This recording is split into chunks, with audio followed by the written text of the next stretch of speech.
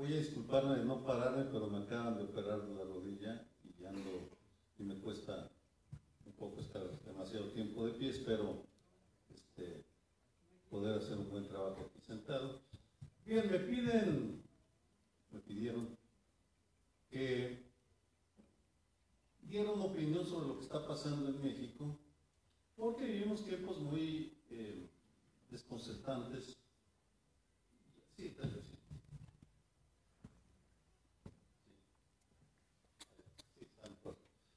Vivimos tiempos desconcertantes en los cuales surgen un buen número de preguntas del significado que tiene la apabullante victoria de Andrés Manuel López Obrador, qué consecuencias tendrá. Y a reserva de que les dé un panorama de lo que está pasando en México, quisiera empezar recordando que lo que pasamos, lo que vivimos actualmente en México, es reflejo de lo que está pasando en el mundo, en donde se están sacudiendo las viejas estructuras porque las utopías que movieron al siglo XX están desprestigiadas, tanto la izquierda como la liberal o de derecha, porque los partidos políticos están en crisis absolutamente en todo el mundo como formas de representación de la ciudadanía, porque el poder se dispersa y el mundo se globaliza y las fronteras se diluyen, en algún sentido y en otro se mantienen, y porque la humanidad está en peligro por el cambio climático que está alterando no solo el clima, sino todo lo que está pasando en el planeta. En nuestro país, para entender lo que la victoria de López Obrador, hay que recordar que ya tenemos años padeciendo los 4 jinetes de nuestro apocalipsis: la corrupción pública y privada, la terrible desigualdad económica que no se corrige pese a la transición, la violencia criminal. Somos el país en donde el crimen organizado tiene mayor poder en el mundo, en la historia de la humanidad. Nunca antes había acumulado el crimen organizado tanto poder como en México. Y finalmente somos vecinos de Estados Unidos, que está pasando por una etapa de transformaciones que nos está sacudiendo también. En este marco se dieron las elecciones y las instituciones, y veamos las cifras. Tomo las encuestas de Reforma y El Financiero, que fueron de las más confiables y de las más acercadas, y Andrés Manuel ganó con 53% del voto, 30 millones de votos. Vamos a ver qué significa esto. Lo primero es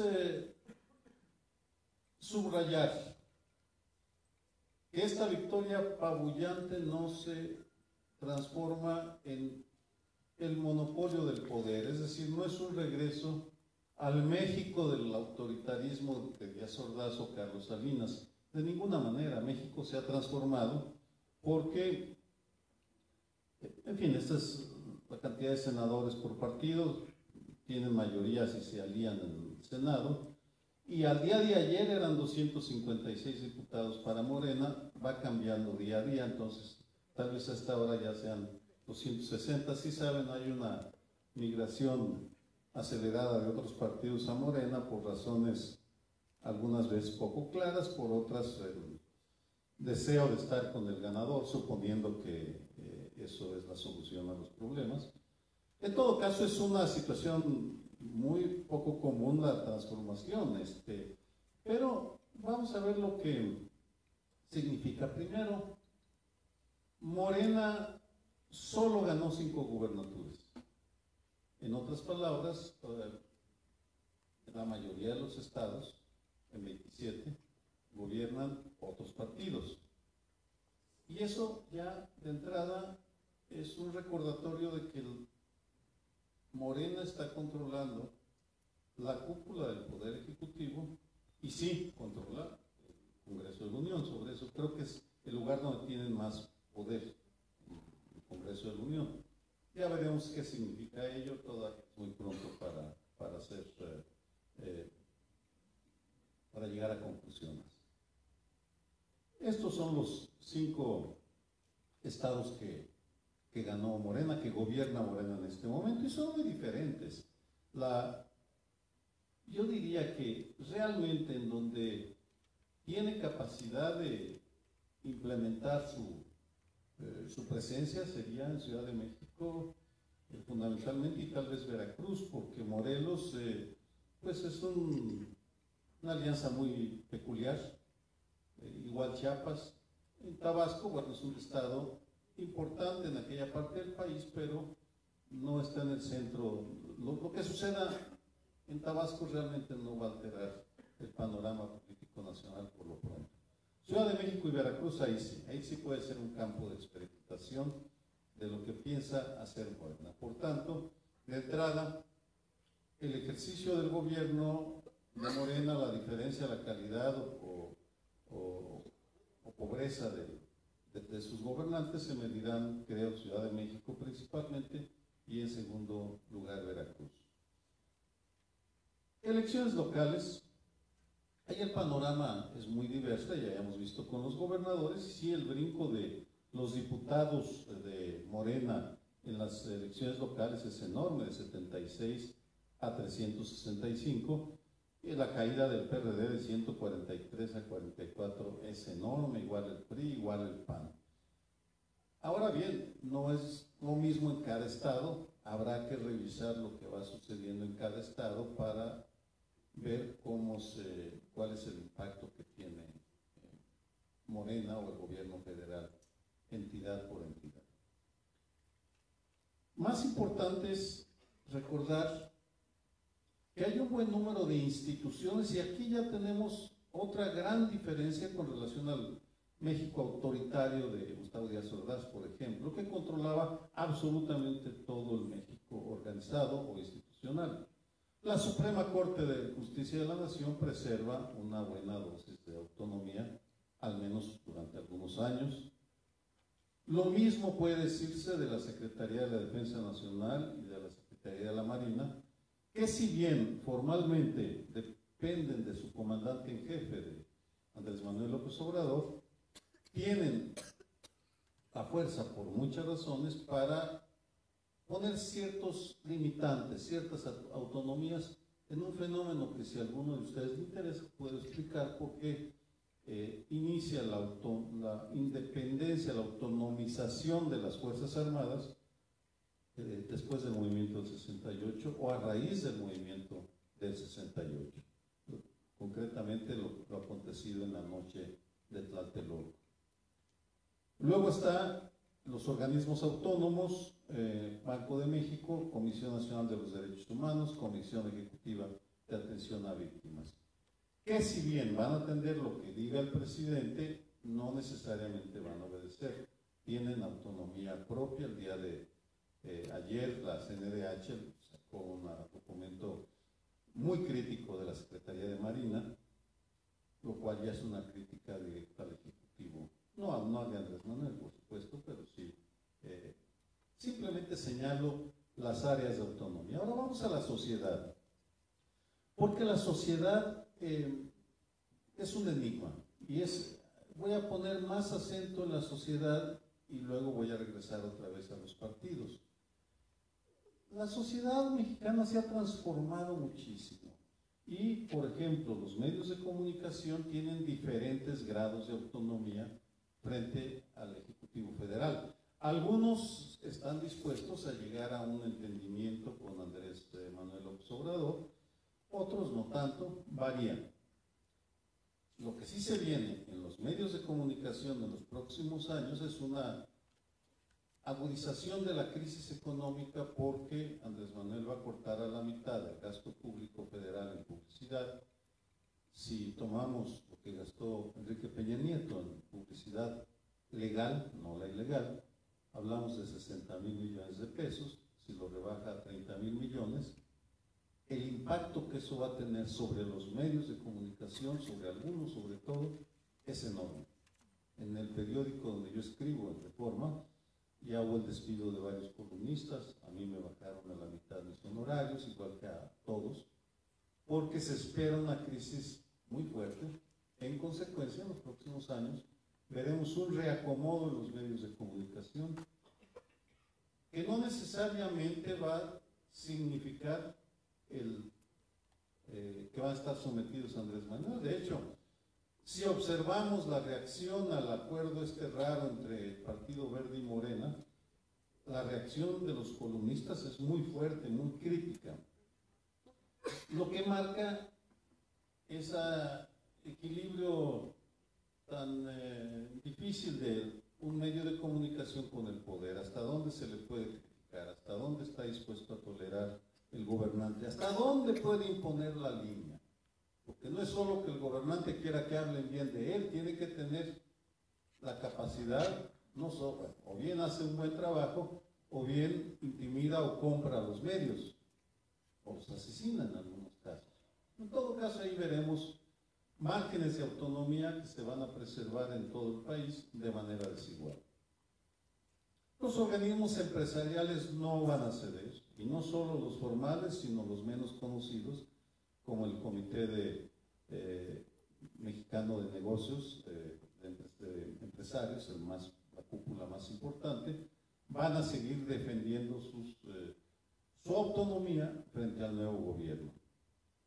Y luego tenemos el poder del crimen organizado. Hay pocos indicadores, pero uno de ellos es la zona de alto riesgo en las elecciones del 2015. El 19% de las casillas del país estaban en zonas de alto riesgo. Estamos hablando del 20% de los electores. Quiere decir que es una cifra aproximada en el caso de las zonas de alto riesgo del 2018, estamos hablando de 36 millones de electores estaban en zonas de alto riesgo. Es un mero indicador para señalar que no sabemos cuál vaya a ser la reacción del crimen organizado frente a Andrés Manuel. ¿En qué lugares va a responder o va a querer llegar a algún tipo de acuerdo para minimizar sus acciones? ¿En qué otro su modelo de negocios le impedirá llegar a entendimientos con el nuevo gobierno federal? ¿En qué otro será sometido por las acciones de la Supersecretaría de Seguridad Pública? Son todos enigmas. Lo único que sabemos es que los criminales no van a ceder fácilmente sus reductos de poder, ni tampoco van a informar de cuáles son sus cómplices en el mundo empresarial o político. Eso lo van a tener que ganar el gobierno federal, los estatales y los municipales a pulso en el día a día. Porque no puede ser que la guerra continúe siendo librada por el gobierno federal sin la participación activa de gobiernos de los estados y los municipios. Ahora, ¿cómo se va a dar esa coordinación? Depende de la negociación. Y la negociación supone límites al poder absoluto, forzosamente. Podrán pasar leyes en el Congreso de la Unión, anular la ley de seguridad interior o revocarla, pero no necesariamente ello conduce que se resuelva la inconformidad de los militares, porque no sienten tener certidumbre jurídica, y no la tienen, es cierto, es correcta su inconformidad, simplemente que no va a ser automático. Están luego las organizaciones de víctimas, que han sido las que inmediatamente pusieron una protesta explícita a los llamados foros de pacificación, el de Ciudad Juárez y el de Torreón y el de Michoacán. Tanto así que Magú, en una muy buena caricatura, Magú de la jornada, sacó una caricatura diciendo que una de las tareas pendientes de Andrés Manuel es pacificar los foros de pacificación, porque hay rebelión entre las víctimas. De hoy en 8 precisamente habrá un encuentro entre organizaciones de víctimas y Andrés Manuel en la Ciudad de México. Voy a moderar el evento, entonces pues es muy espinoso, porque las víctimas no están por el perdón de manera gratuita, quieren justicia, quieren verdad, quieren muchas cosas antes del perdón. Lo menciono porque de ninguna manera se han sometido las víctimas a la esperanza de que el nuevo gobierno va a hacer la diferencia. En otras palabras, en el México de la actualidad ya nadie da cheques en blancos. Yo no conozco a nadie que dé cheques en blanco. Todo se tiene que justificar, se tiene que documentar, se tiene que apalabrar, se tiene que firmar. Lo que es un cambio enorme con el México del 2000, cuando México sí confió en un guanajuatense, que todos ustedes conocen, Vicente Fox. Ese México ya no existe, ya acabó, para bien y para mal. Los organismos de la sociedad civil tampoco están dispuestos a someter su independencia. Y finalmente, la comunidad internacional, miren, podría dedicar varias horas a hablar de la importancia de lo internacional. Sé que es un tema que generalmente no se incluye en un análisis político sobre la política mexicana, pero voy a poner dos spots para recordarles la importancia de tomar en cuenta lo que está pasando en el mundo y al otro lado de la frontera, porque va a determinar lo que se haga aquí, lo que haga Andrés Manuel López Obrador. Seleccioné el primer discurso de Donald Trump cuando anuncia su candidatura, un fragmentito, y luego un fragmento, eso fue en 2015, y un fragmento de cuando Donald Trump visitó México en 2016, que provocó una severa crítica a Enrique Peña Nieto. Es muy ilustrativo de cuántos temas del exterior nos van a afectar. When do we beat Mexico at the border? They're laughing at us, at our stupidity. And now they're beating us economically. They are not our friend, believe me. But they're killing us economically. The U.S. has become a dumping ground for everybody else's problems. Thank you. It's true. And these are the best and the finest. When Mexico sends its people, they're not sending their best. They're not sending you. They're not sending you. They're sending people that have lots of problems, and they're bringing those problems with us. They're bringing drugs, they're bringing crime, they're rapists, and some, I assume, are good people. But I speak to border guards, and they tell us what we're getting. And it only makes common sense. It only makes common sense. They're sending us not the right people. It's coming from more than Mexico. It's coming from all over South and Latin America, and it's coming probably from the Middle East. But we don't know, because we have no protection, and we have no competence. We don't know what's happening. And it's got to stop, and it's got to stop fast. I would build a great wall, and nobody builds walls better than me, believe me. And I'll build them very inexpensively. I will build a great, great wall on our southern border, and I will have Mexico pay for that wall. Mark my words. Está equivocada la fecha, es junio de 2015. Perdón. En este discurso es clarísimo, él responsabiliza a México de un buen número de los problemas de Estados Unidos, los problemas económicos, problemas de migración, el consumo de drogas. No toma ninguna responsabilidad. Los responsables somos nosotros. Y ya todos ustedes saben, desde que llega a la presidencia, se está renegociando el Tratado de Libre Comercio. Ignoramos todavía si se vaya a aprobar este año, este mes, esta semana, incluso hoy, si Canadá va a ser incorporado. No me meto ese análisis, sino la respuesta mexicana. A la tibia, timorata, pusilánime respuesta de Enrique Peña Nieto, que lo que van a ver el fragmento lo pronuncia Enrique Peña Nieto casi al final de su discurso en la Casa Blanca, un discurso que dio con Trump. Lamentable, porque quien condujo esa conferencia de prensa fue Donald Trump y no el presidente mexicano.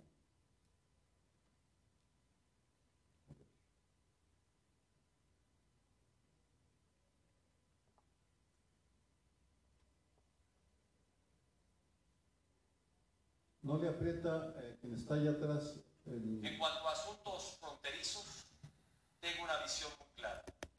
La frontera debe transformarse en un activo para nuestra región. Hemos tenido grandes avances en los últimos años, trabajando muy de cerca con la administración del presidente Obama. Y con la próxima administración debemos acelerar estos esfuerzos para que la frontera México-Estados Unidos sea más eficiente y más segura. Sin embargo, un importante número de estadounidenses percibe a la frontera como un verdadero problema, porque personas indocumentadas y drogas ilegales cruzan hacia Estados Unidos. La inmigración indocumentada de México hacia Estados Unidos tuvo su punto máximo hace 10 años y ha venido disminuyendo consistentemente desde entonces hasta ser negativa en términos netos. Aún así, sabemos que sigue habiendo un reto compartido, incluyendo el creciente número de no mexicanos que cruzan por nuestro país para llegar a Estados Unidos, creando incluso graves crisis humanitarias. Sin embargo, esta es una visión claramente incompleta de los asuntos fronterizos, porque no toma en cuenta los flujos ilegales que vienen hacia el sur de armas y dinero en efectivo.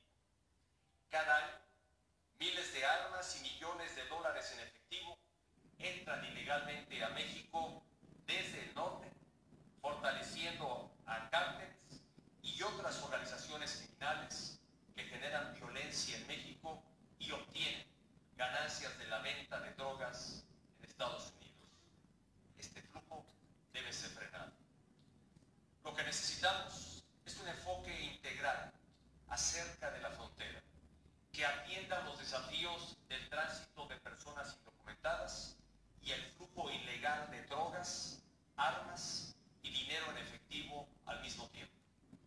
Muchas vidas pueden ser salvadas en ambos lados de nuestra frontera si las organizaciones criminales dejan de recibir la cantidad de armas y efectivo que hoy les permite llevar a cabo sus negocios criminales.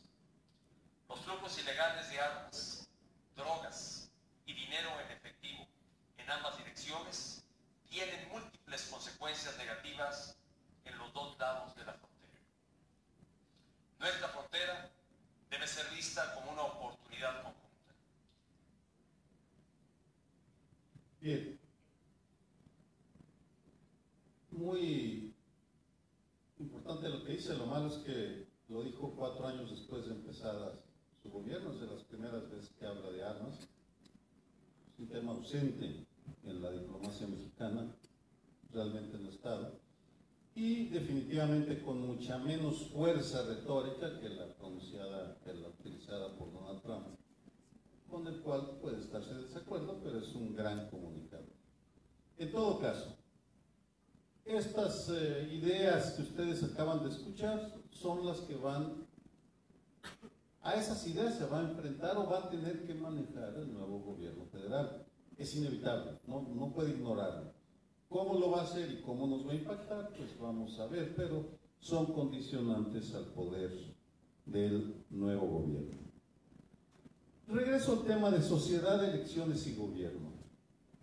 Porque esta última elección, sí, mostró nuevos hechos, nuevos actores, nuevas realidades que voy a bosquejar rápidamente desde la perspectiva de la sociedad. Primero, los usuarios de Internet. Observen el aumento del número de usuarios, 20 millones en 2006, 70 millones en 2016. El 99% de esos 70 millones participa en red social. En otras palabras, 70 millones de personas, un buen número de ellos electores, no todos, se comunicaban y se transmitían información por redes sociales. Y eso alteró profundamente la elección. Lo vamos a ver después. Usuarios de Internet. Segundo hecho, en las investigaciones que estamos haciendo en el Colegio de México, estamos encontrando que Las redes sociales no necesariamente reflejan participación organizada, sino la opinión de personas que se mandan sus ideas por WhatsApp, por correos, de diferentes maneras, por Facebook. Lo que estamos encontrando es que en aquellos lugares donde la sociedad participa organizadamente, se tienen mejores gobiernos y hay menos violencia criminal.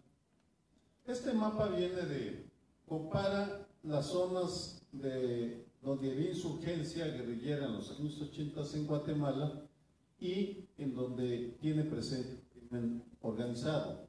Lo que encontramos es que la alcaldía ahora, delegación antes, en 2015, es la primera, la delegación entonces con más número de organizaciones de la sociedad civil, estaba en el lugar 15 de ejecuciones atribuidas al crimen organizado. Es decir, mayor organización, menos homicidios. Lo inverso sería de Venustiano Carranza. Ahora bien, esta tabla es fundamental, porque se habla mucho de que somos pasivos. Baltasar leyó un fragmento del Laberinto de la Soledad de Octavio Paz. Octavio Paz tenía esta creencia errónea de que los mexicanos somos pasivos. No es cierto, históricamente no se sostiene. Tampoco estamos desorganizados. El 83% de la población está organizada, de diferentes maneras, pero solo el 15% de ese 83% participa en asuntos públicos. Lo que tenemos es un divorcio del ciudadano organizado con los partidos. No participa la gente en la vida pública, en parte porque los partidos frenan la participación ciudadana. Hay ahí una situación absurda. La solución o una solución a nuestros problemas es la participación ciudadana. Nuestros problemas son creados en buena medida por partidos ineficientes, corruptos, y esos partidos no permiten la participación ciudadana. Por algún lado tiene que romperse, lo que me va a llevar a una siguiente fase de mi presentación, que tiene que ver directamente con el PRD. Aquí un análisis de los votantes hecha por para mí el mejor encuestador de México, Alejandro Moreno. Esto fue antes de la elección.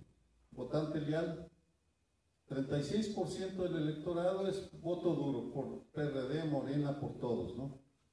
Este es el voto duro que va a votar por ser su partido, pase lo que pase. El 40% es el votante cambiante, es la mayoría. Yo soy votante cambiante, yo no siento compromiso con ningún partido. Observo a los candidatos y voto por el candidato que me convenza, o no voto, anulo mi voto, o anulo mi voto para todas las... He hecho campaña a favor del voto nulo. Y luego está el votante indeciso, que no es indeciso, es más bien pasivo, no le interesa la política. El votante leal y el votante indeciso es el menos educado. Esto es bien importante. No necesariamente, pero vamos. Como normas, es el menos educado. El votante más educado es el votante cambiante. Luego va a tomar sentido esto. Le pedí a Alejandro Moreno, y esto no lo van a ver en ningún lado todavía porque se lo pedí expresamente para esta conferencia. Le dije, oye, ¿cuántos de los 30 millones que recibió Andrés Manuel fue voto leal? ¿Cuánto fue voto cambiante? Porque de esa manera nos damos... Yo voté por Andrés Manuel López Obrador, vamos, y soy cambiante y vamos, una bronca familiar que tuve, se dividió. Resulta que el 56% es voto cambiante. Solo el 44%, 13 millones, es voto leal o voto duro. Esta es la base de Andrés Manuel, 13 millones de votos. 16 millones, casi 17 millones, votamos por él en esta ocasión porque creímos que era la mejor opción para la situación actual, con dudas de diferente nivel, pero votamos. Así como yo voté, he renegado el resto de mi vida por Vicente Fox en el 2000, el resto de las veces voté por Cuauhtémoc Cárdenas y luego por Andrés Manuel. Sí, lo digo sin ningún problema, porque no tengo pruritos, mi voto individual es mi conciencia y yo digo donde quiero y como quiero por quién voy a votar, que ese es mi derecho. No lo dije jamás antes de la elección porque como podría parecer que estaba haciendo campaña por Andrés Manuel y tampoco porque no estoy totalmente convencido. Pero en todo caso, acuérdense de esta cifra. El 40% de los electores somos votos cambiantes. De ellos se llevó una cantidad enorme Andrés Manuel, por eso ganó tantos votos, porque convenció a los cambiantes de que no había de otra. Bueno, yo creo que en las condiciones que estaban no había de otra. No quiero sonar macadero, yo sé que ustedes votaron por otra persona, está bien. Vamos al PRD. Estuve a punto de ser de los fundadores, pero decidí, pues que no, que mi vida estaba en la academia, ¿no? Después del fraude del 88. Lo he observado, los conozco, he dialogado con líderes del PRD, al Senado, comido, tengo muy buena amistad con Cuauhtémoc, Amalia, Rosario Robles, los impresentables y los decentes, de todos, ¿no? Y es una pesadilla para el analista, o para los psicoanalistas. Ya lo decía Baltasar, es el partido que más se autocritica y el que menos escucha sus propias autocríticas. Es el drama del PRD. Está sobrediagnosticado. Todo el mundo sabe cuáles son los problemas. Simplemente que no carecen o de la voluntad o de la forma de hacer los cambios que se requieren. Y rescaté un par de citas. Una de Amalia García del 99, cuando tomó posesión de presidenta.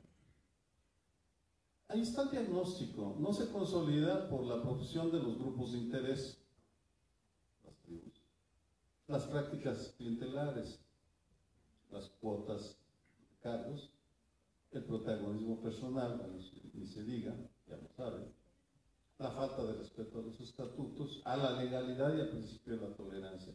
Vamos, esto lo decía la presidenta del partido cuando toma posesión. Y un gran amigo mío, Samuel del Villar, ya muerto, colega del colegio, hizo un estudio devastador con otros PRDistas sobre el PRD. Y él se centró en la elección para presidente del PRD en 2002 y dice que la crisis mayor, vamos, que el PRD se desgarra cada que eligen un dirigente. Bueno, todo está claro y no lo resuelve. Entonces, yo no voy a criticar desde fuera, cuando ustedes me invitan, yo no voy aquí a venir a... ya Baltasar hizo un diagnóstico, me gustó mucho el discurso, las palabras de Baltasar, pero van al punto. Vamos a un buen diagnóstico, simplemente mi duda, y se lo comentaba en el desayuno, bueno, ¿y qué? Después de eso, ¿qué viene? Yo no soy militante de ningún partido, así que pues simplemente observo, igual también hablo con los del PAN y con los priistas también, por cierto. Con los que no hablo son con los verdes, se me revuelve el estómago, pero bueno, hay otros con quienes hablan con ellos, así que no hay problema. Voy a revisar esta situación con el caso del Estado de México. El caso del Estado de México es Barrio Moreno. Diputaciones locales se llevó 52. Tenía 6 en 2015. Brincó a 52. El PRD cayó de 12 a 3, el PRI de 34 a 11. La debacle en el Congreso local. Municipales. Aquí es bien interesante. El PRD no se derrumba, crece. en dos. Tenía 16, toma 18. Estos gobernaba en el 2015 y estos gobiernan en el 2018. Ahora bien, ¿cuántos de estos repetían lo que el presidente municipal y Moroleón, lo digo, que fueron reelectos, pero no recuerdo el nombre de Juventino Rosas, pero como la cruz de Juventino Rosas ahí, que repitieran, usted repitió, algo debe haber hecho, vamos, para ser reelegido, que no lo sabemos, pero en el caso del PRD del Estado de México, solo repitió en estos municipios. Y de ellos, el que realmente pesa es Nezahualcóyotl, 1.100.000 habitantes, porque observen los demás, salvo Tultepec y Villa de Allende, bueno, Zacazonapan da para una canción y 4.000 habitantes, 451, no se vayan a entender. Es un poblado pequeño, Colotitlán. ¿Qué pasó en Netza? Esas son las preguntas que yo creo se tienen que hacer los partidos, porque vamos a observarlos, Morena, de aquí a 3 años. O vamos a verlo en las próximas elecciones, porque esa es la medida del poder local, porque la manera como la sociedad refleja su malestar o satisfacción con un partido es el gobierno local. Andrés Manuel, bueno, o quien sea de candidato a la presidencia, pues puede entusiasmar o no entusiasmar, pero está demasiado lejano. Lo inmediato es lo que pesa en términos de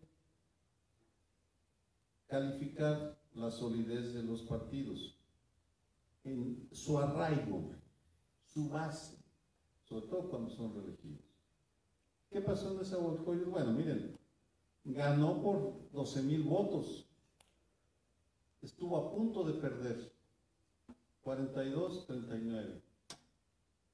Yo he estado estudiando Nezahualcóyotl porque estoy haciendo un estudio, coordinando un estudio comparativo sobre seguridad, medio ambiente, salud pública en Nezahualcóyotl, Delegación Cuauhtémoc, Alcaldía de Cuauhtémoc, la Ciudad de México y Tultepec, Morelos, para entender las dinámicas. Y Nezahualcóyotl, los gobiernos del PRD municipales han logrado crear una de las mejores policías de proximidad, la mejor, tal vez la mejor de todo el país. Es muy respetada entre los especialistas. Entonces lo estoy estudiando. Y para esta conferencia, bueno, para otros propósitos, para esta conferencia entrevisté la semana pasada al director de Seguridad Pública del municipio, Jorge Amador, sí. Fue compañero mío en el Colegio de México. Tenemos la misma edad, 71 años. Él terminó combatiendo delincuentes, yo pues estudiando a los delincuentes, ¿no? Estamos más o menos haciendo lo mismo, aunque desde diferente ángulo. Y le pregunté, la semana estuvo hecho el 29 de agosto, le pregunté, oye, ¿qué peso tuvo la satisfacción, las buenas cifras comparativas de la seguridad en Netza en relación a los municipios que te rodean al municipio? Y vean su respuesta, es muy breve, 1 minuto.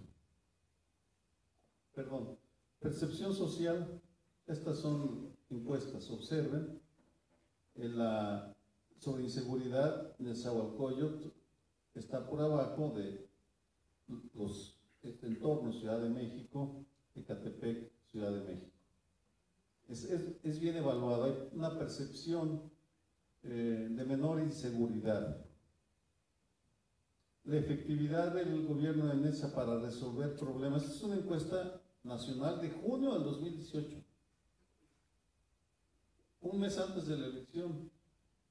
Nacional es el 22.5, el de Netza es 37.3. Toluca 18.3, Ecatepec 7.8 y Ciudad de México. Es decir, ahí estaban los indicadores están ahí para los partidos que quieran verlos, que sepan buscar, no hay, vamos, los analistas lo que hacemos es trabajar con información pública o la que nos entregan los gobiernos, ¿no? En fin, cierro con homicidio doloso, vean, en 2017, Netza en el lugar 123, primer lugar Colima, en Guerrero, Chilapa, son los municipios, por municipios, Nabolato, Tijuana, Acapulco, etcétera, y Netza en el 123. Creo que era de 150 o 170 municipios, muy bien posicionado, realmente en términos comparativos. ¿No le apretarían allá atrás al botoncito? Él es Jorge Amador. Y no está enojado. ¿Podrían picarle, por favor? Simplemente yo creo que tuvo algo que ver. Sería muy difícil para mí decir fue el 80% o el 50%, el factor X, ¿no? Pero yo creo que sí tuvo que ver. Yo creo que la inteligencia y el talento, no se ganó ningún distrito, ni local ni federal. Y se venía de 3 años en donde se ganaron todas las posiciones. Todos los distritos electorales locales y federales en la elección del 2015 fueron ganados por el PRD. Y esta vez la ciudadanía fue, por así decirlo, selectiva, ¿no? Hubo suficientes votos para que se retuviera la presidencia municipal. Y la única lectura que hago es esa. O sea,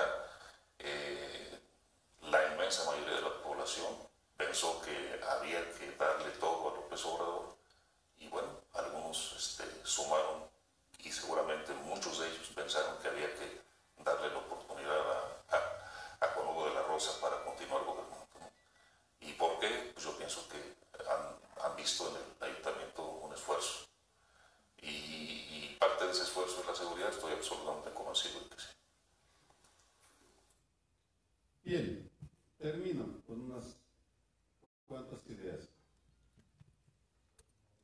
Yo considero o hago todo lo posible por ser profesional en el trabajo que hago.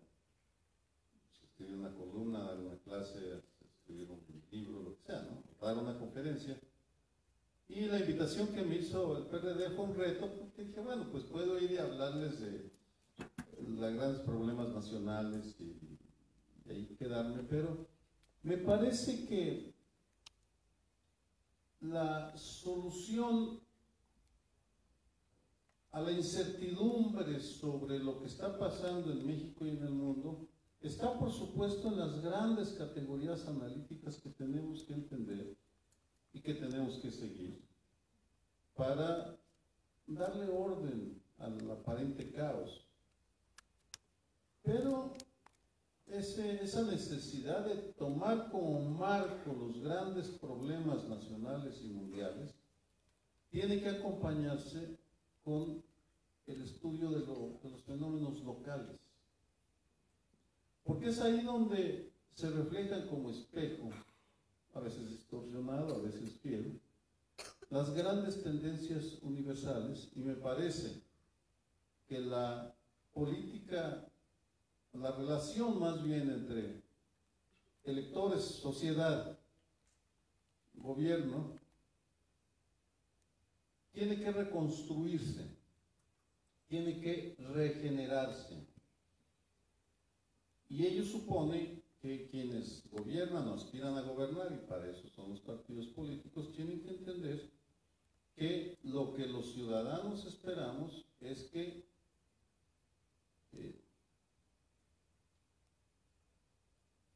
no solo sean honestos, por supuesto, sean simpáticos, sino que sean eficientes para resolver aquellos asuntos que nos aquejan. Porque vuelve a confirmarse una verdad muy elemental. La política, en el último de los casos, es local. Y uno termina votando a veces por las experiencias inmediatas que le da el ejercicio del gobierno inmediato, sobre todo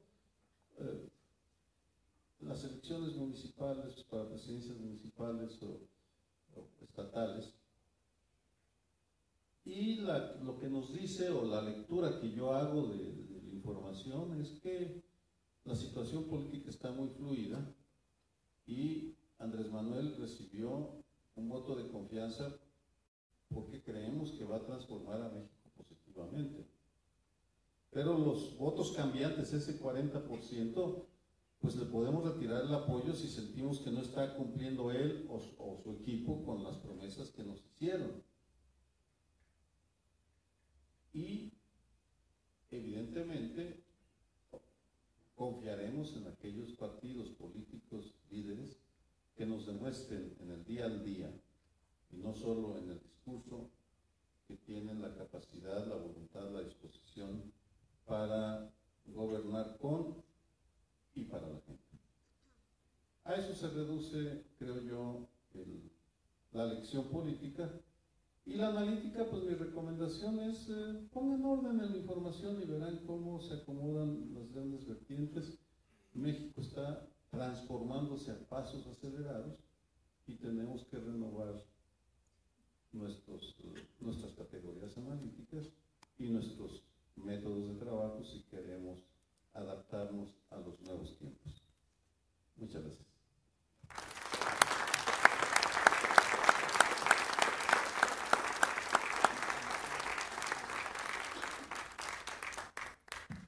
Muchas gracias, doctor, por esta conferencia tan nutrida. Agradecemos mucho la participación y pues a continuación vamos a dar paso a un bloque de preguntas y respuestas que amablemente y con gusto al doctor les dará respuesta. Al auditorio que tenga alguna pregunta que quiere hacerle al doctor Sergio Aguayo, en las libretas que les entregamos en la entrada pudieran escribirnos la pregunta que quieren hacerles en directo y pasamos a darle lectura. Entonces, alguien del auditorio que tenga alguna pregunta que hacer, esta es la oportunidad.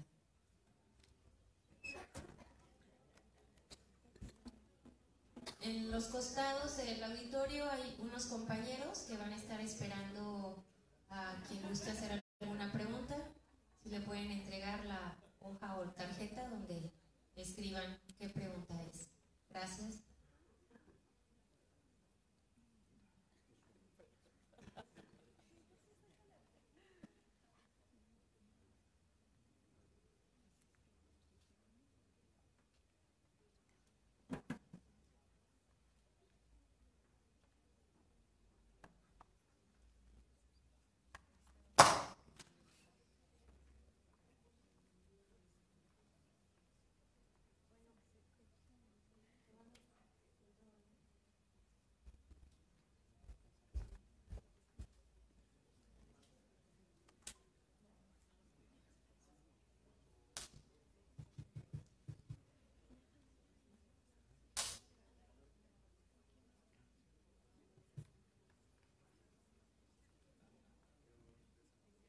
Bueno, aquí tenemos un micrófono para hacerlo a lo mejor más dinámico. Si hay alguien que tenga alguna pregunta, les pasamos el micrófono, por favor.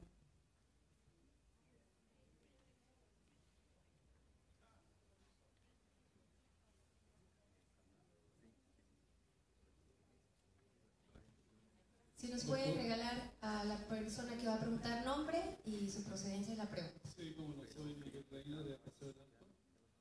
Gracias, doctor. El asunto es que precisamente Guanajuato es productor de migrantes. Y hay de migrantes hacia Estados Unidos. Y quedan muchas familias en el desamparo. No se ven organizaciones que estén apoyando a toda esta situación de los migrantes que van a Estados Unidos y de estas familias.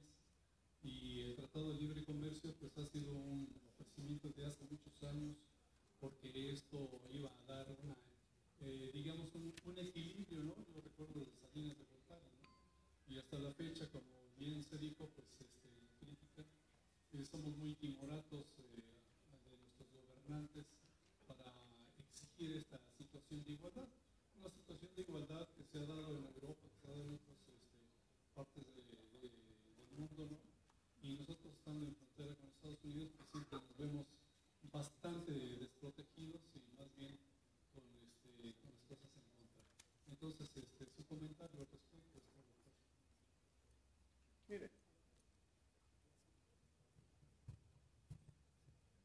Es uno de los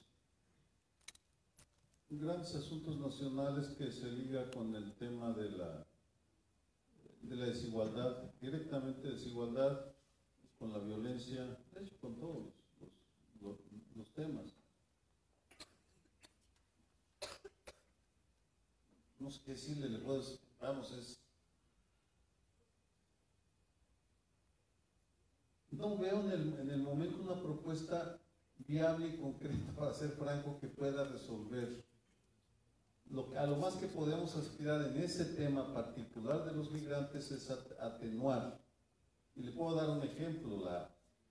Tiene que mejorar, lo cual requiere más presupuesto, el trabajo de los 50 consulados en Estados Unidos para atender a la población en aquel país.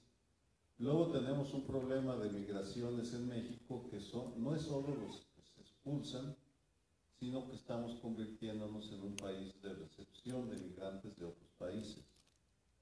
Tenemos el retorno de los deportados de Estados Unidos a México, que están creando una enorme complejidad, y finalmente los desplazados por la violencia o por las tragedias ambientales. Es decir, desafortunadamente el diagnóstico lo tenemos claro. Si de eso sirve. Falta que, si sirviera de algo, pues falta ver a quién nombran en el Instituto Nacional de Migración, en el CONAPO, en el Consejo Nacional de Población, y eso depende de Gobernación de Olga Sánchez Cordero. Todavía no sabemos quiénes vayan a ser los responsables. Tal vez lo positivo está que va a caer la responsabilidad de Alejandro Encinas, y yo tengo una excelente opinión de Alejandro como funcionario. Es una persona sensible, tiene sentido común y compromiso. Entonces, esperemos que nos anuncien una estrategia sobre este tema mejor que la que tenemos. No es mucho más lo que pueda comentar, porque por ahora es de las áreas sobre las cuales no han informado cuáles van a ser el plan que adopte el nuevo gobierno federal.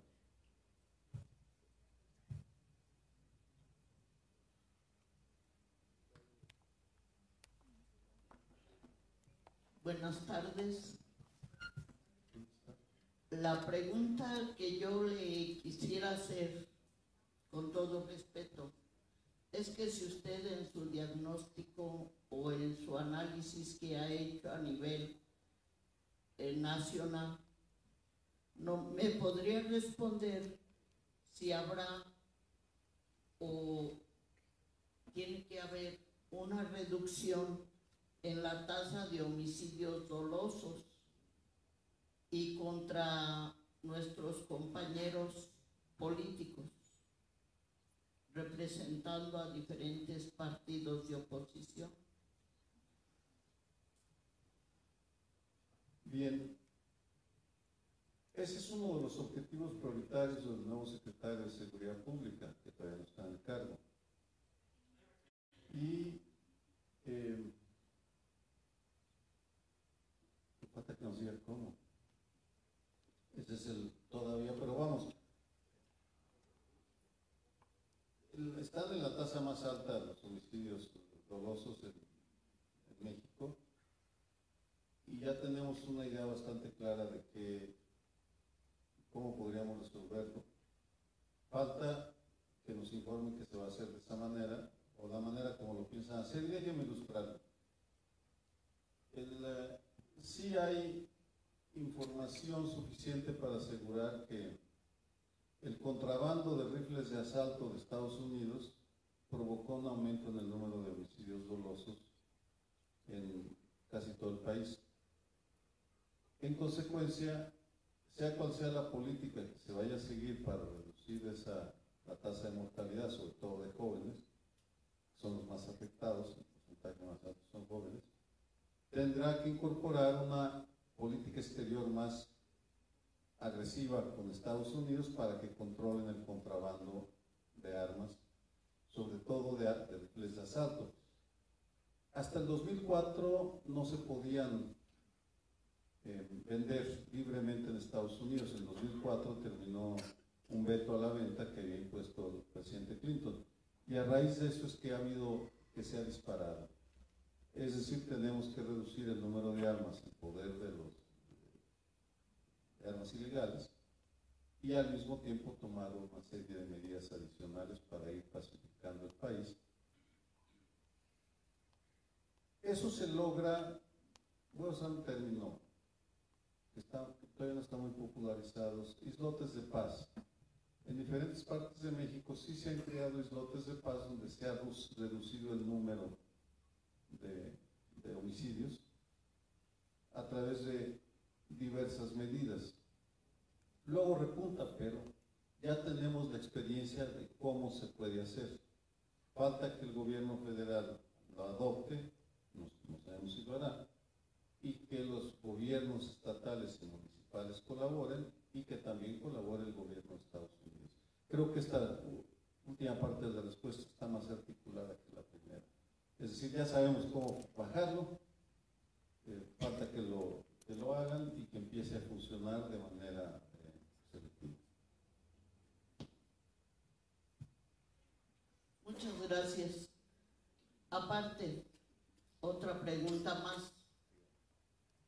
Yo como ciudadana veo la situación de mi municipio, no a nivel... ¿Cuál es? A lo mejor ahorita le comento.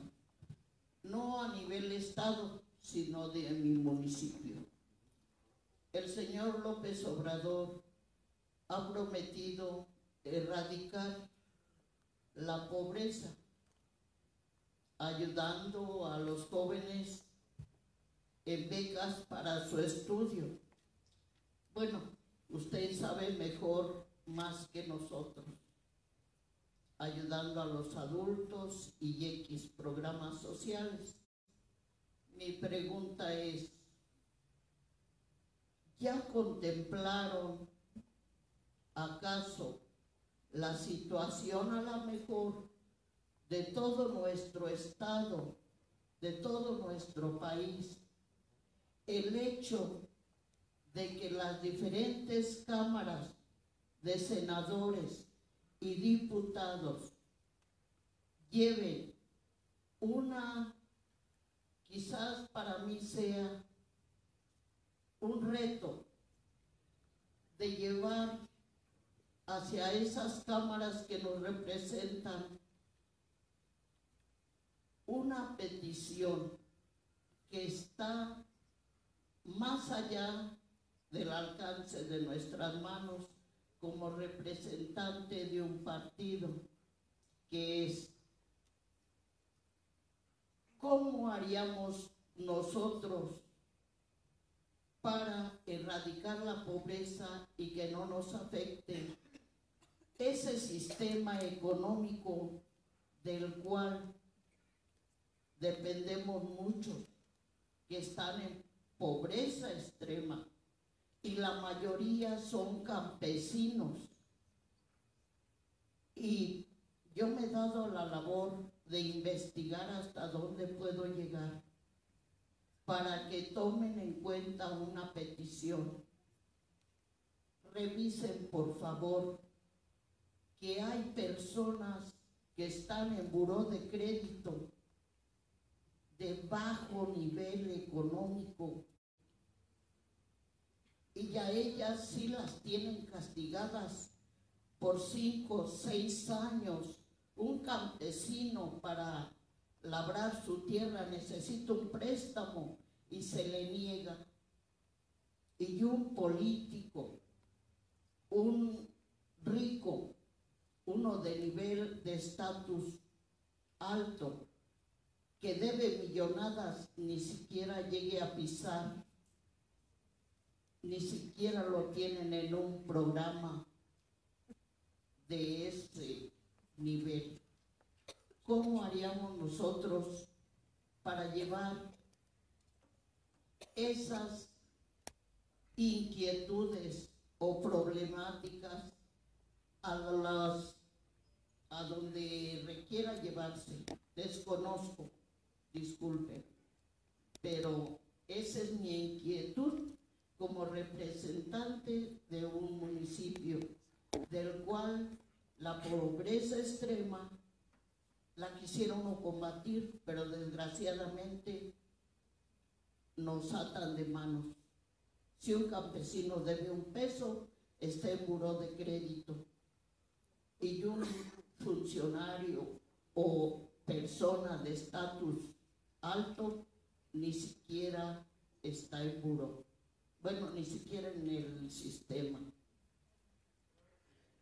Gracias. Quisiera pedirle que lo tomaran en cuenta. Bueno, la felicito, es usted muy articulada y tiene las ideas muy claras y las expresa muy bien. Da gusto. Mire, la desigualdad es endémica, estructural y va a costar mucho trabajo erradicarla o reducirla. El gobierno federal ha hablado hasta ahora de 3 grandes líneas de acción para reducir la desigualdad. Uno, en efecto, los 3.3 millones de becas becarios no sicarios para jóvenes para que trabajen o estudien. 2, la pensión universal a los mayores de 68 años, ya subieron los años a 68. Y 3, un mejor manejo de los programas sociales federales, no de los estatales ni municipales. Entonces, creo que es un buen comienzo. Luego usted plantea un tema muy, muy concreto, el del buró de crédito, que pone a campesinos en esa situación. Y yo aquí le respondería con algo muy sencillo, una verdad que he constatado una y otra vez. Cuando la gente se organiza en torno a un tema, bueno, no es automático, pero sí gradualmente logra algunos resultados. La clase política mexicana anda desconcertada y asustada. Lo que pasó en el 1 de julio lo sacó de onda, ¿no? Porque de repente muchos dicen, pues se nos puede acabar el empleo, vamos. 100,000 funcionarios se van a ir a buscar trabajo en la iniciativa privada porque les van a bajar el salario. Ya no va a ser, al parecer, bueno, al menos eso dicen, 100,000 personas buscando trabajo en la iniciativa privada de altos funcionarios, imagínense. Entonces yo les sugiero, es el momento de que llamen, que usted convoque a su diputado local y su diputado federal a que vayan a reunirse con ustedes y levante el tema del buró de crédito. Si no lo hace usted, a mí me lo puede decir y yo no podré escribir tal vez algo en algún momento, pero no es mi tema el buró de crédito. Tendría que estudiar mucho y difícilmente lo puedo hacer. Pero sí, hagan que trabajen quienes nos representan. Es el momento. Busquen si está usted en un partido, busque a su representante del partido. Aquí está Baltasar, él es el líder del Guanajuato. Díganle, pues bueno, ¿cómo nos vas a representar en este tema?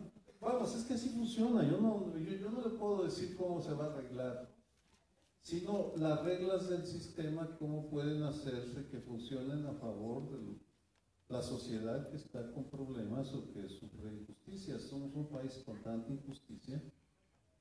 Y no hablo por hablar, yo me defiendo, yo no me dejo. Vamos, no voy a poner a hablar de lo que yo hago, pero me violan mis derechos, me defiendo. A veces gano, a veces pierdo, porque no necesariamente todas las gano, hay unas que tengo que doblar las manos. Entonces sugiero, con su nivel de articulación y claridad, mueva a su gente y llame a quienes lo representan.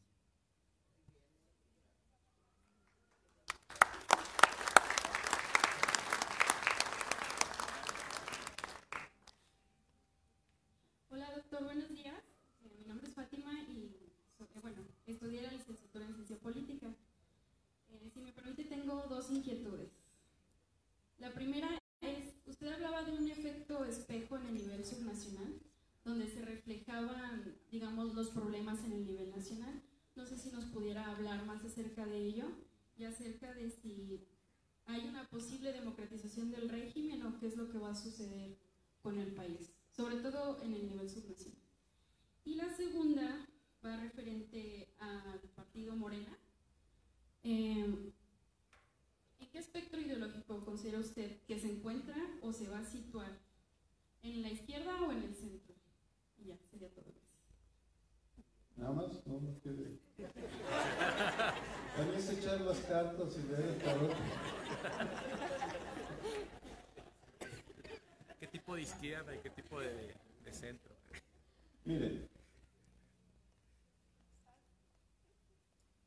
habla del efecto espejo porque cada realidad local es diferente y depende de un concepto que lo estoy estudiando a profundidad y es fascinante. Capital social positivo o negativo. Los seres humanos tenemos valores que en el caso de los mexicanos oscilan, vivimos en el borde de la legalidad y la ilegalidad por el tipo de sistema que tenemos. Y tenemos que aprender a movernos a veces en ambos mundos. La manera como esos valores individuales se transforman en un segundo nivel en la organización es capital social positivo y negativo. Hay poblados en donde impera el capital social positivo y hay algunos en los que impera el capital social negativo. Puebla se ha convertido en la capital del huachicol y hay municipios cuya la mayoría de los habitantes están a favor de esa actividad ilegal. Hay otros municipios que, por el contrario, tienen actividades legales. El 58% de la economía es informal, por tanto, eso de legal y ilegal es muy relativo. Pero en todo caso, lo que pasa en el país se reflejará como espejo dependiendo de ese capital social positivo y negativo. ¿Qué es capital social positivo? Los clubes deportivos, las organizaciones de barrio, de mercados, de empresarios, las políticas, las cívicas, las ONGs, etc. ¿Cuál es el negativo? Pues todo aquello que alienta la ilegalidad, los huachicoleros, algunas pandillas que sirven de base al crimen organizado, etc. ¿no? Entonces depende de cada municipio.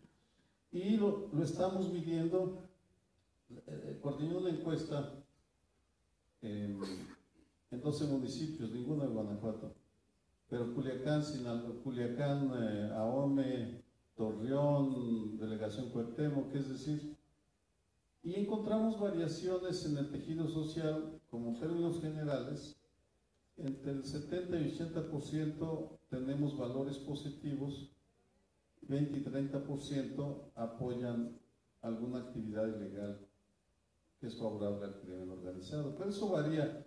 Luego, cómo se organiza la sociedad en Culiacán nada tiene que ver con la manera como se organiza la delegación. No me quiero extender demasiado pero estamos estudiando y es fascinante observar cómo los municipios cambian. Hay que levantar una encuesta y hay que hacer un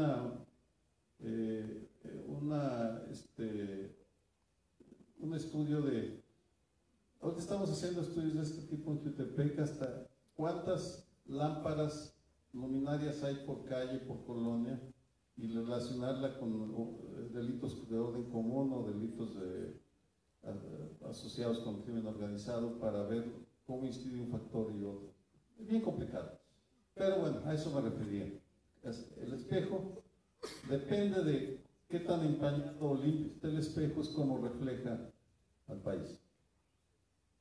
Morena es un movimiento, hay en contra de todo, desde la izquierda más beligerante hasta la derecha más devota.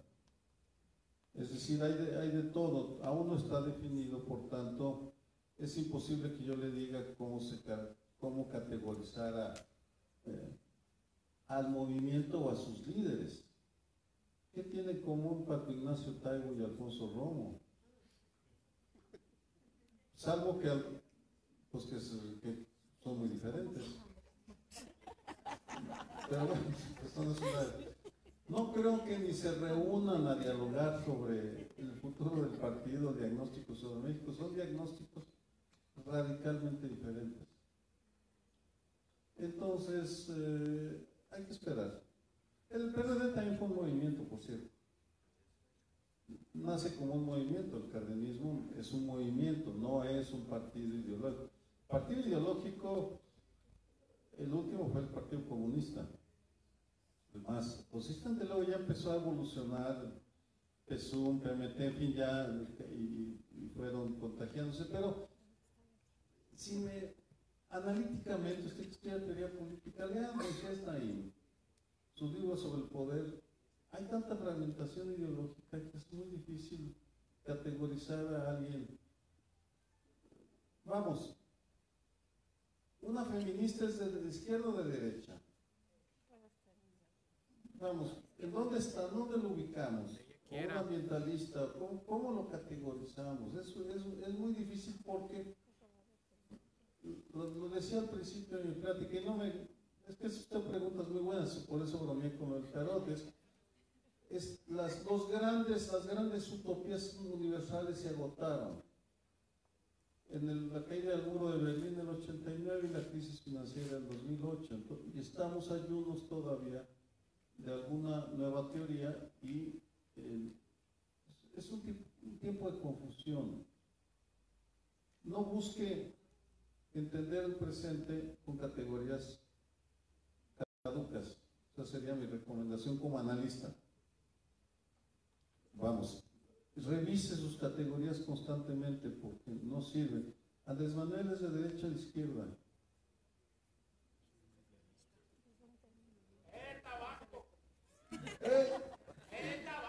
Esa es la definición. Tal vez eso lo define más. Pero tenemos que, pues, es tiempo para la confusión, la información se mida una y otra vez por categorías analíticas que le ayuden a uno a entender mejor realidades concretas para luego llevarlas a... En ese sentido, el método dialéctico sigue teniendo una gran validez para analizar la realidad.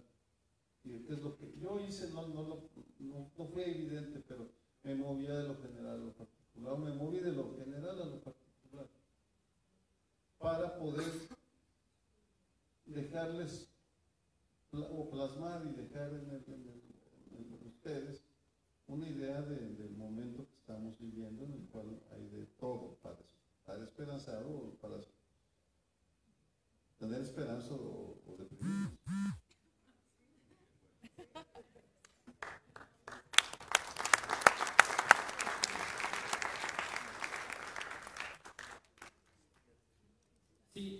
Sí, nada más a quien va a preguntar, suplicarles o solicitarles de la manera más atenta que sean breves y concisos para dar mayor amplitud a más preguntas.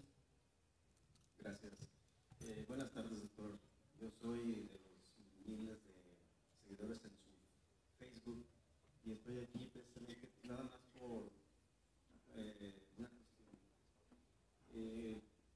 ¿Cuál cree que sea uno o varios o dos o tres factores que determinan que frenan la no participación de los partidos en los partidos políticos de la ciudadanía actualmente? Y otra pregunta, ¿qué espera de la nueva administración del gobierno federal? Gracias. Mire, parte de un hecho, mejor organícese fuera de los partidos. Porque se convirtieron, la reforma electoral del 96 empezó el fenómeno de la monetarización de la política partidista. Y por tanto eso ha creado distorsiones en la forma como funcionan. Y es difícil incorporar. participar en la vida pública a través de organizaciones más pequeñas, más afines a como usted piensa, como usted es, su personalidad, es mi sugerencia para que no se frustre. Dos, ¿qué espero? Espero resultados diferenciados dependiendo de quien encabece cada dependencia. Porque la calidad no basta con... Andrés Manuel es un gran motivador y un peregrino incansable al que gusta estar en contacto con la sociedad y hará lo que pueda por organizar, pero no le va a alcanzar el tiempo para atender todos los grandes problemas nacionales. Entonces, le puedo decir que creo en estos momentos quienes pueden hacer un buen trabajo de las áreas que yo conozco, no de todas. Olga Sánchez en Gobernación, en el tema de derechos humanos y víctimas, Durazo en Seguridad Pública y Marcelo Ebrard en Relaciones Exteriores. Porque han mostrado que tienen, por una razón, han mostrado que tienen la comprensión de los problemas y la experiencia administrativa para tomar decisiones administrativas, que es un arte. Vamos, no cualquiera sabe conducir a un aparato de Estado, una institución de Estado tan compleja, con problemas tan grandes, no es. Entonces va a ser diferenciado y yo haré lo que pueda por apoyarlos sin claudicar en independencia, eso sí, no pienso estar al gobierno, pero va a haber cambios definitivamente. ¿Hasta dónde va a llegar? Pues mire, hagamos lo posible porque llegue hasta donde puedan, pero va a haber frustraciones. El nivel de expectativas no es realista, no es posible. Hacienda también, porque lo conozco, es mi colega del Colegio de México, Carlos Ursúa y parte de su equipo, es gente muy seria. Conocen su tema, por tanto van a hacer un buen trabajo.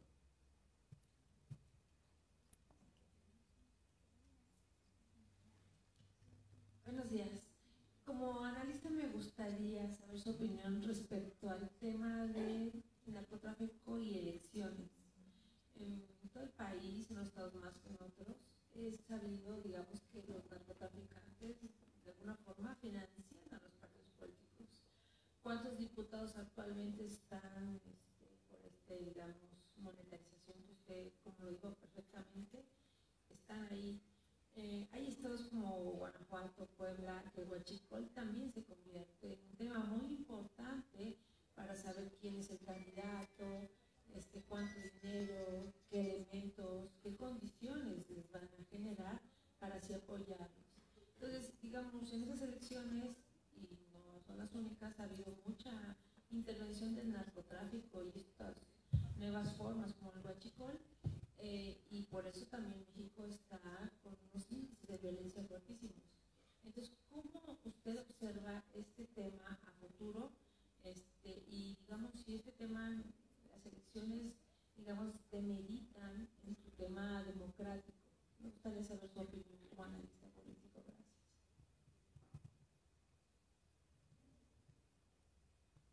Miren, primero, no son narcotraficantes, es crimen organizado. Porque las drogas es solo una de las actividades a las que se dedican. En sus inicios se dedicaban al tráfico de narcóticos. Y de ahí se les quedó el nombre, pero actualmente el huachicol no tiene nada que ver con drogas, es combustible.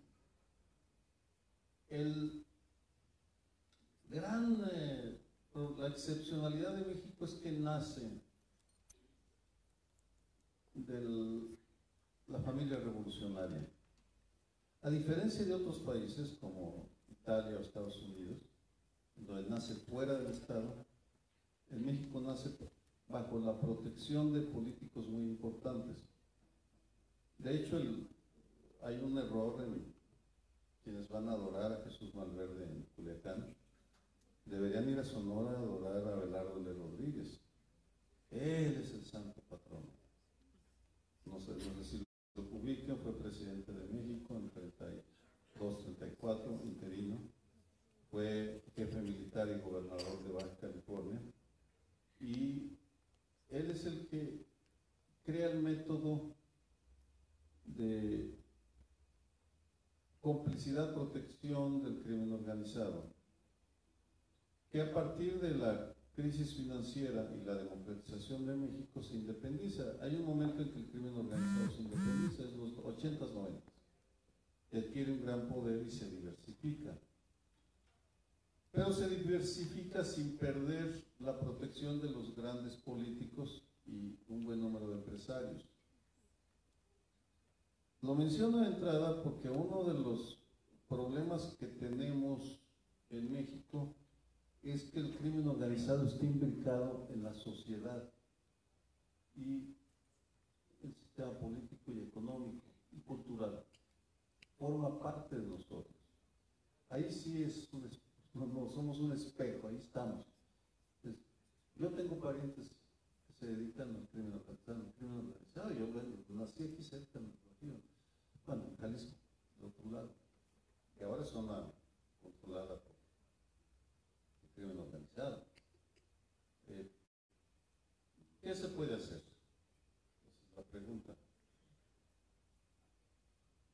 Deshacerlo. Por cierto, la diferencia es que gradualmente ellos deciden tener representantes suyos, y eso es lo que usted menciona, de que ahora ellos deciden por quién se vota y tienen gente suyas en algunos, gobernando algunos municipios o hasta estados, y tomamos a Tamaulipas como ejemplo.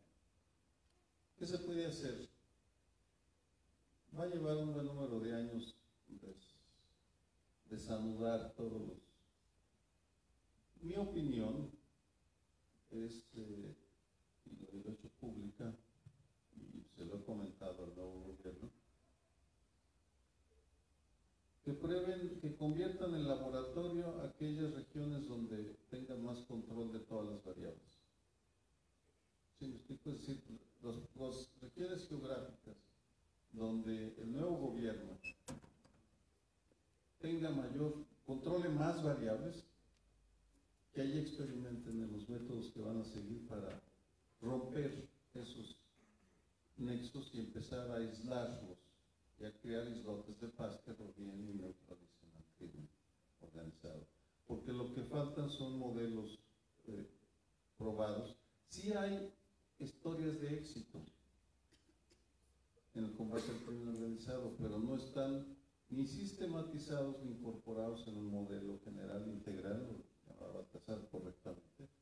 Yo agregaría regional, integral, tiene que ser regional, si no, no va a funcionar. Por ahí debería de ser. Tal vez, yo diría que Ciudad de México, Morelos y Veracruz representan tres formas diferentes de inserción del crimen, de asentamiento del crimen organizado. ¿Qué más? Es muy variado. Nada que ver el modelo de negocios de Sinaloa con el modelo de negocios de los Z. Es totalmente diferente. Es lógico, estructura organizativa, etc. Pero la forma puede ser, creo yo, va a ser esa. Hay algo nuevo que sí vale la pena mencionar. Finalmente van a dejar de lado la estrategia de perseguir a grandes capos, que solo ha hecho que multiplicar. Ahora tenemos 250 carteles más o menos, ¿no? De 9 que había hace 10 años, ahora son 250, es una barbaridad. Se van a concentrar en el negocio, pero para ese negocio tienen que decir lavado de dinero, estructuras de comercialización, etcétera. Es un mucho mejor enfoque. Así lograron asfixiar a Al-Qaeda, a las FARC y a través de lo financiero. Es lo que ha demostrado más éxito. Lo que sucede es que lo financiero afecta a muchos intereses y se van con el cuidado, pero si siguen por ese camino que han dicho, creo que van a tener posibilidades de éxito. pero va a variar de región a región, ¿eh? No puede ser es una estrategia general con variaciones por región, ciudad, hasta barrio.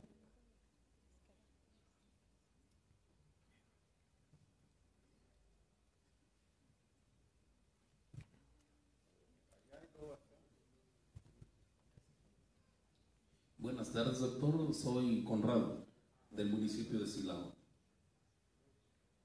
Me voy a referir a 3 temas de manera muy breve. El primero de ellos es de la relación exterior Trump con Peña, una relación, desde mi percepción, poco amorosa, donde frecuente y recurrente Trump ha demostrado indiferencia y hasta desprecio por Peña. Con Andrés cambia de manera muy radical, parece que van transitando en una senda amorosa.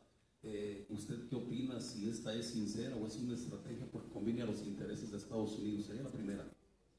La segunda, el asunto del 1 de julio generó y provocó los problemas que actualmente están en la UNAM, que son graves por su naturaleza, y si hay mano negra o quién está influyendo. Y la tercera, la situación del partido, del PRD, por favor. Tendría que ver con lo siguiente: estamos en una crisis, se considera que estamos en terapia intermedia cuando no ya en terapia intensiva. Nosotros hemos contribuido, yo soy presidente de un comité municipal y me faltó hacer, yo soy también responsable de la actual crisis del partido y lo acepto con pena, con mucha vergüenza, donde prácticamente tendría que estar colgando los guantes y dejar que las nuevas generaciones hagan el trabajo que yo debía de hacer. Lo digo con mucha vergüenza. ¿Qué nos recomienda? Nos renovamos, morimos, empezamos a hacer las asambleas distritales, nos borramos del mapa o nos sumamos con Andrés Manuel López Obrador, que no es conveniente porque ya están todos nuestros compañeros. Gracias, qué amable.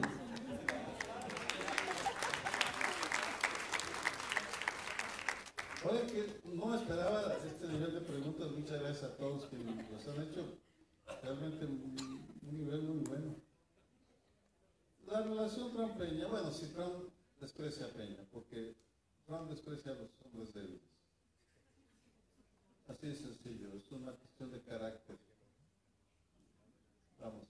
Y Peña Nieto no ha sabido, ha sido timorato. En el caso de López Obrador, seguramente va a haber diferencias, pero uno de los pilares de la cultura norteamericana es el llamado sueño americano, ejemplificado por un personaje, Horacio Alger, que sube de extremadamente pobre a ser un éxito en la vida. Y para Trump, niño rico de la élite, Andrés Manuel es respetable por esa que representa al hombre hecho a sí mismo. Es mi interpretación. Pero eso va a cambiar porque es un hombre que voluble y es el caso extremo del narciso, que solo se ve a sí mismo, entonces seguramente cambiará. Trae bastantes problemas como para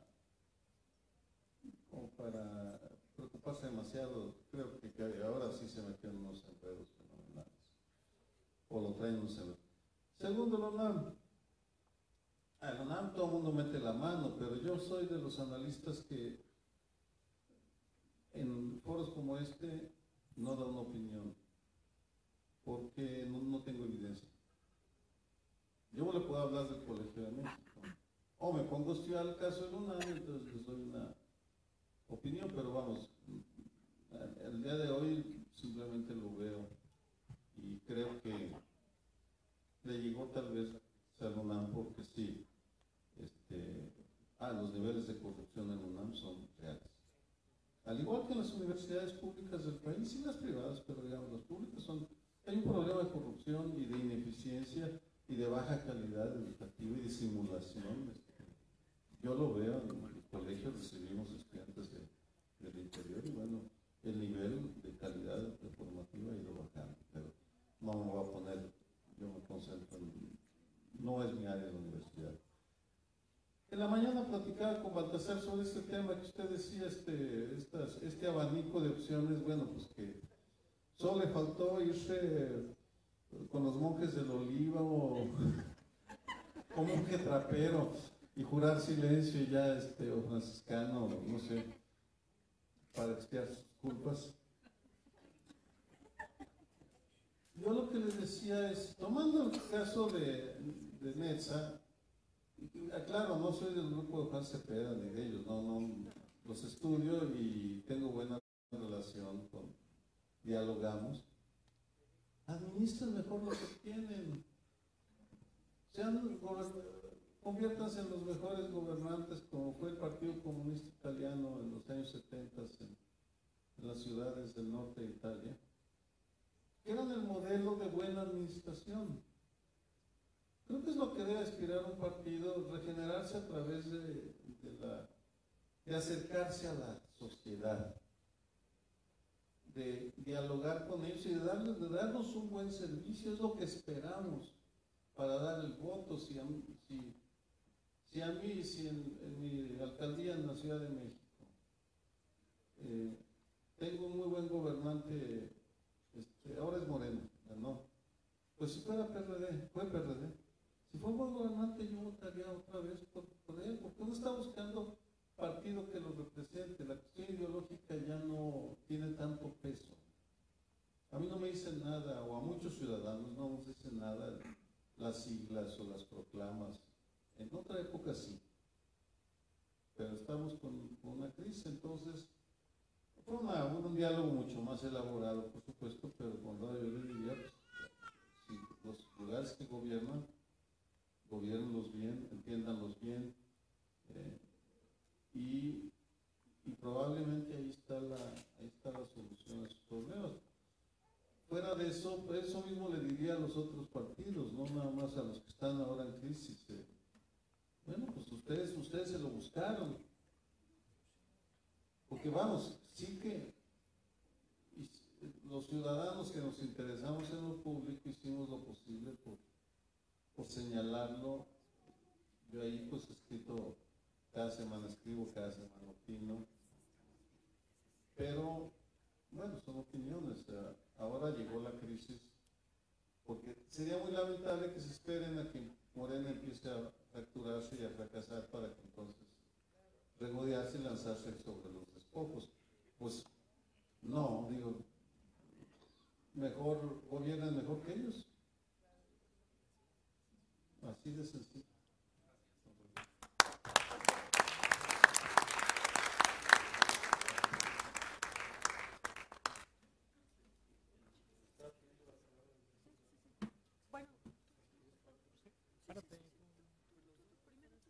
Bueno, yo le formulo la pregunta, doctor. No, van a lanzar.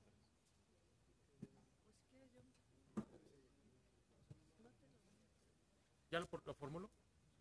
Bueno, estamos en Guanajuato, gobernado desde hace más de 22 años por el PAN. Y el PRD tiene una característica especial, a diferencia de otros estados, porque aquí gobierna el PAN y apunta a seguir gobernando. Y luego viene una segunda fuerza que es Morena, ¿no? ¿Qué tendría que hacer el PRD aunado a esto que acaba de decirnos? Aparte, porque no somos gobierno, nada más gobernamos 2 municipios en todo el estado. ¿Qué tendría que hacer el PRD sin estar en gobierno, jugando con esa fuerza política que es el PAN, con una plataforma diseñada para seguir gobernando a nivel estatal y luego a nivel nacional con una fuerza como es Morena? ¿Qué tendría que hacer el PRD? ¿Qué tendría que hacer el PRD exclusivamente aquí en Guanajuato? Sin gobernar, porque nada más gobernamos 2 municipios y me parece que hay 3 diputaciones locales. Y ya lo dijo Balta, 26 regidores. Es muy poquito, pero ¿qué tendría que hacer el PRD? Si usted fuera parte del PRD, digo, en esa postura, ¿no? ¿Qué le dice? Mejor que no sea. Mire, pues usted se planteó vamos, yo le voy a responder como analista. Sí. Y sentido común. El problema problema empieza a resolverse cuando lo identifica y lo reconoce. Antes del 1 de julio, yo no creo que hubiera escuchado este tipo de comentarios, como el que me hizo Conrado, el que me hizo usted.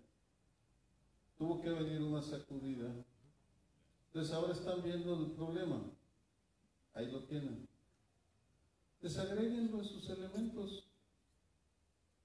Digamos que dialoguen con la gente que alguna vez votó por ustedes, hagan una encuesta, una mini encuesta, digo quienes son del PRD, ¿no?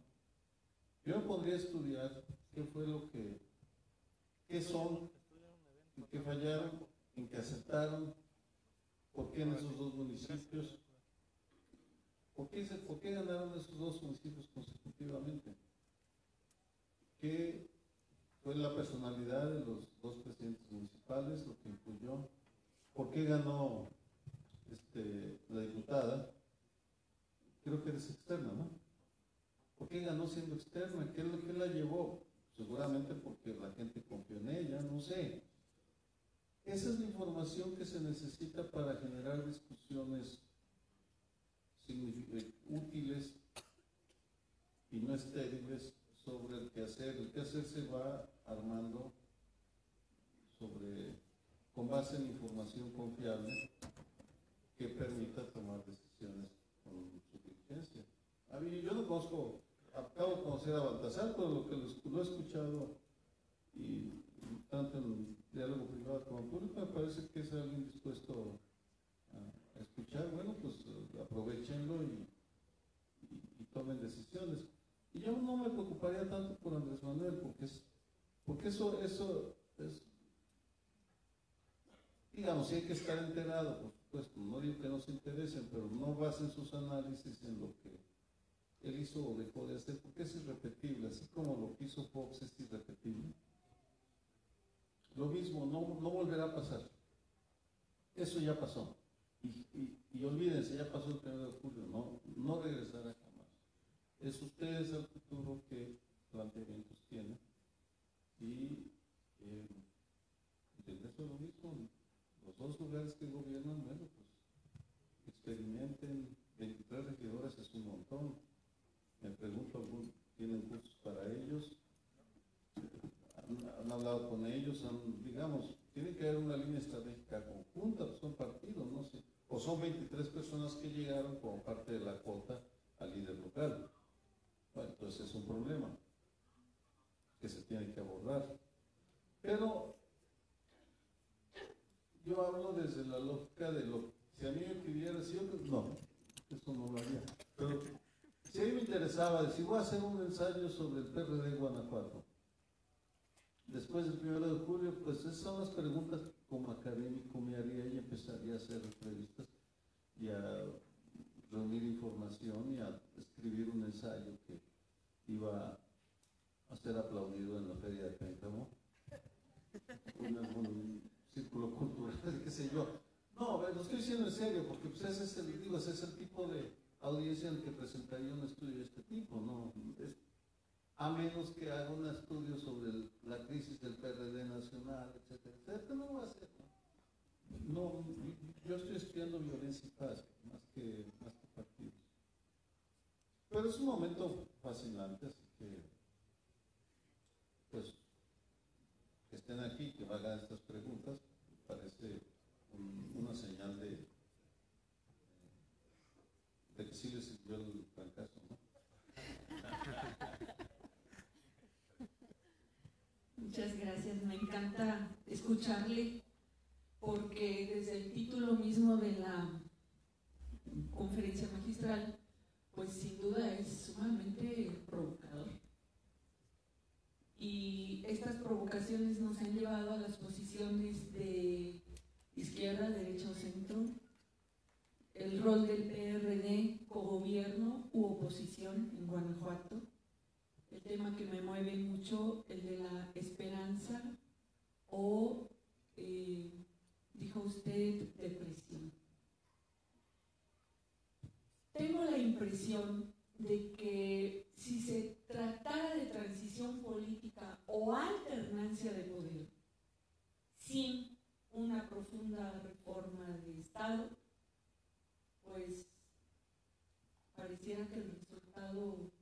puede ser igual. Estoy convencida de que nos hemos tardado ya como país en esa urgente, imperiosa y fundamental reforma de Estado, profunda reforma de Estado, que nos permita alcanzar un nuevo régimen político en el país. Tengo la ligera impresión de que eso puede ser nuestro punto de partida luego de esta severa crisis, que coincido plenamente, esta crisis que impacta a los diversos ámbitos de nuestro ser, por supuesto que atraviesa por el sistema de partidos políticos. Es el resultado de lo que hoy vivimos y padecemos, ¿no? ¿Qué opinión le merece? ¿Una transición o alternancia sin profunda reforma de Estado? ¿O al contrario, no planteo el punto de partida para poder resurgir como país? Pues es justo en el ámbito de lo constitucional. Y la otra cuestión en cuanto a la expectativa que ha generado Andrés Manuel López Obrador en el tema con su tema del combate a la pobreza, otra disyuntiva.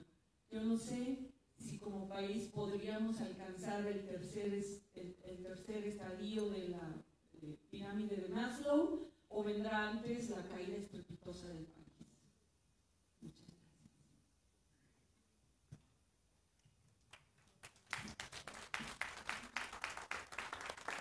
Mire, yo empecé a participar en asuntos públicos en el 63.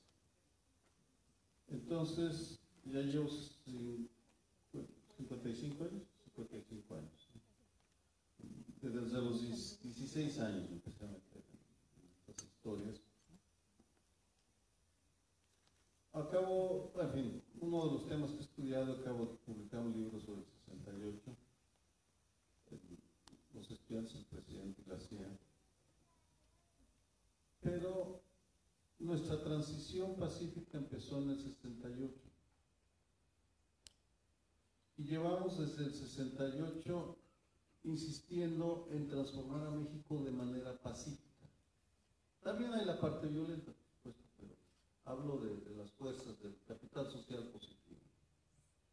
En ese sentido, el país sí se ha transformado, aunque de manera desigual.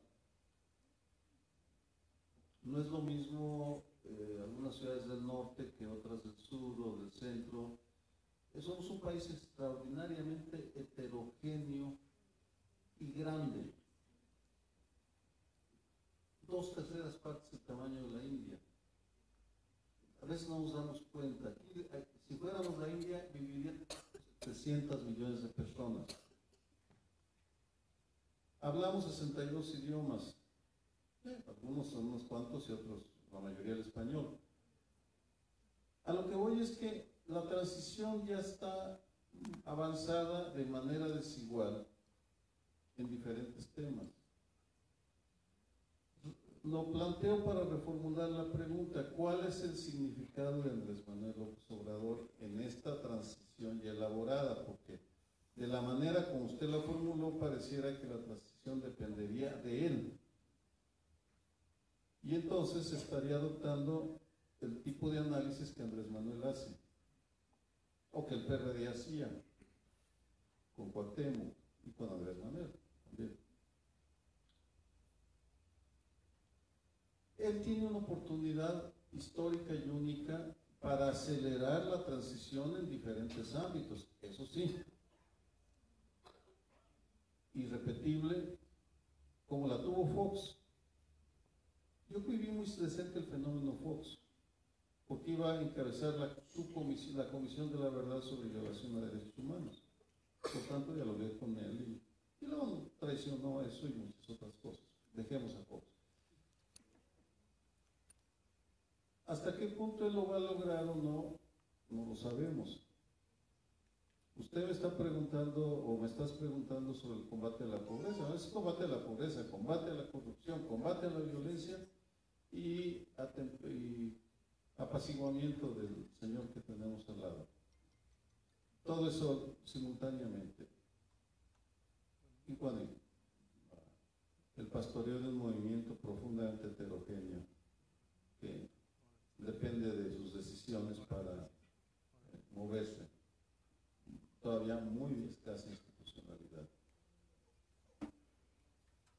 Yo ahí lo separaría, vamos, lo observaría porque es fascinante como espectáculo. Lo que está pasando ahora en México es fascinante, vamos, es una despliegue de energía en todos los frentes y un buen número de actores moviéndose simultáneamente. Yo ahora estoy dedicando la lectura de 5 periódicos diarios, 2, 3 internacionales, para seguir lo que pasa en el mundo y lo que pasa en México. Y dentro de este panorama, yo me preocuparía por el cambio, la transición en su entorno, y en su entorno, porque usted no es una ama de casa preocupada por solo el entorno, sino es un poco más amplio, me parece, por el análisis, el lenguaje. Entonces me preocuparía por la inquietud que traen todos, por la cual me invitaron a escuchar una voz externa que les diga lo que pienso yo del PRD. El PRD se lo buscó, ya lo dije, ¿no? Pero bueno, ya, eso ya está, que sigue. Esa es la parte creativa en la cual, para lo cual hay que observar lo que hacen unos y otros y al mismo tiempo dedicarse a construir bajo nuevos parámetros con toda la experiencia acumulada. Bajo supuesto, todos cometimos errores. Los analistas nos equivocamos, en serio, suponiendo que los partidos iban a ser el sujeto del cambio. No lo fueron, no lo han sido. Ahora es la sociedad organizada la que ha desencadenado transformaciones y los partidos los llevamos a remolque y llega un líder carismático que se monta sobre todo esto. Pero el centro del argumento es: el poder está fragmentado. Y yo no sé qué capacidad vaya a tener el líder carismático de conjuntar los hilos para conducir el cambio en tal o cual dirección. No lo sabemos. Ni tampoco puedo decir ni anticipar en qué tendrá éxito y en qué fracasará. Eso es lo que tendremos que ir observando, entendiendo, incluyendo y creando en nuestro entorno.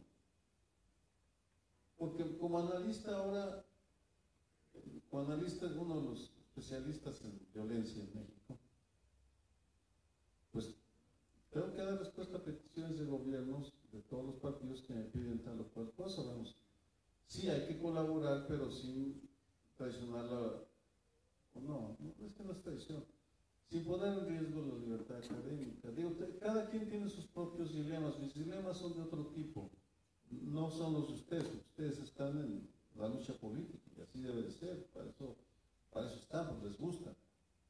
En mi caso, yo construyo conocimiento y luego lo difundo a través de medios de comunicación, o del habla o de libros.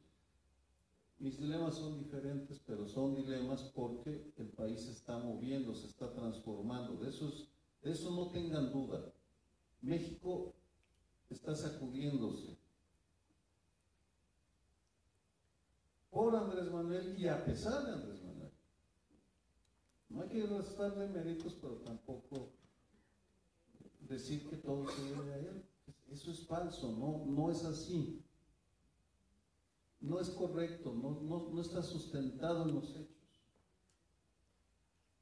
Pero también que la sacudida el 1 de julio no hubiera sido posible sin terquedad, la llamó Baltasar con todas las... No, sí, fue terco.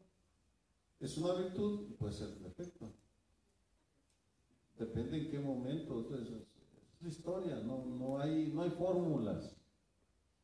Vamos, él puede terminar siendo el Mandela su sueño es algo más de la historia. y quiere estar a la altura de Francisco Madero, Juárez y Lázaro Cárdenas. Esos son sus referentes. Y quiere llevar a cabo la cuarta transformación. En lo que a mí concierne, si lo logra, yo no tengo ningún problema en reconocérselo. Se lo ganó. Puede ser Nelson Mandela o puede ser el Vicente Fox de la izquierda. Bueno, el drama del PAN viene de Vicente Fox. Ahí es cuando viene la corrupción del PAN. Se dejó colonizar por el PRI. Yo lo vi, se lo grillaron a Elia Marta, lo rodeó el PRI. Fue fascinante y deprimente observar cómo lo cercaron. ¿Resistirá Andrés Manuel el asedio de las turbas que lo halagan, lo elogian, lo buscan? ¿Tendrá la capacidad de poner distancia? Yo espero que sí. Yo no estoy deseándole que sea el Fox de la izquierda, no. Créanme, no lo quiero, digo, no lo merecemos. Espero que sí logre algunas cosas y que lo logremos frenar en aquello que se extralimite. Esa es nuestra responsabilidad y en algunas cosas tendremos éxito. Ya tuvieron la primera aprobada con la tontería que hicieron con el verde.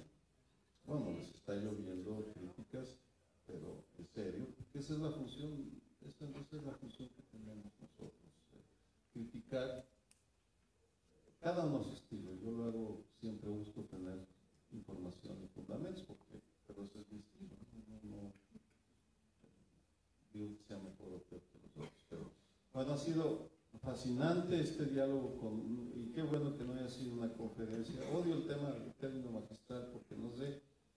Yo quise darles una conferencia, compartir con ustedes mis conocimientos para que les sirviera. Espero ustedes me han dado una lección de madurez humana y política y se los agradezco. Creo que ya terminamos, ¿no?